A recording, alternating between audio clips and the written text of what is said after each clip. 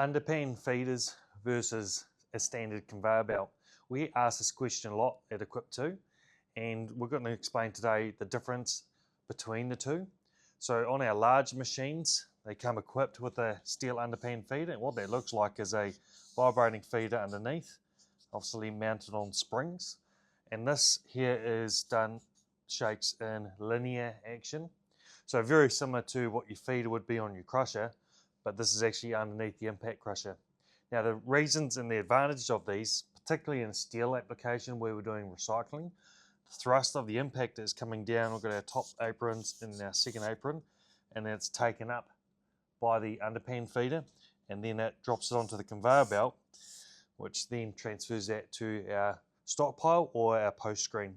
The advantage of this, it does mean that we're not going to pierce our belt, and a huge one, even if we're not doing recycling, that minimises the wear on the belt.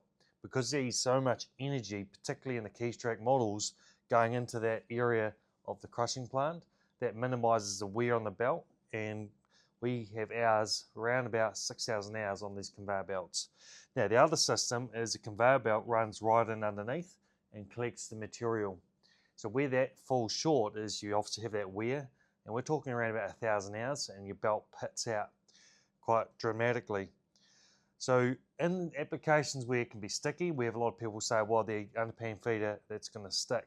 So these here run at a lot higher thrust. So when we're talking about the thrust and the energy, that's the material that's coming through from the crusher and focusing on this point here.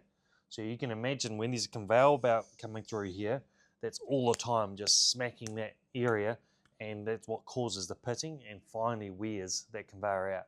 Whereas the underpan feeder, that's going nuts, or 100% of the time. So it's always aggressive, and we can set a timer so that actually every so often it does an extra thrust to break up any elements that could build up on that underpan feeder. You can also have these fitted with membranes, like a non-stick product, which minimises that as well. But as an overall, our feedback we get from customers that have these in place, they're a great tool. It really lowers their cost on the conveyor belts. In other applications where you're not doing heavy crushing, it might be light, the conveyor belt system may still work for you.